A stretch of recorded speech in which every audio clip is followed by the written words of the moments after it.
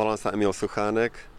Rozhodol som sa kandidovať na funkciu primátora tohto mesta, pretože viacerí občania ma nezávisle pred už vyše rokom oslovili, aby som kandidoval. Na túto funkciu sa cítim byť pripravený, pretože mám veľmi dobré vzdelanie na to. Humanitné, technické, ekonomické a pedagogické. Svoje zručnosti, schopnosti som využíval v práci a využívam naďalej, ale aj v občianskom živote.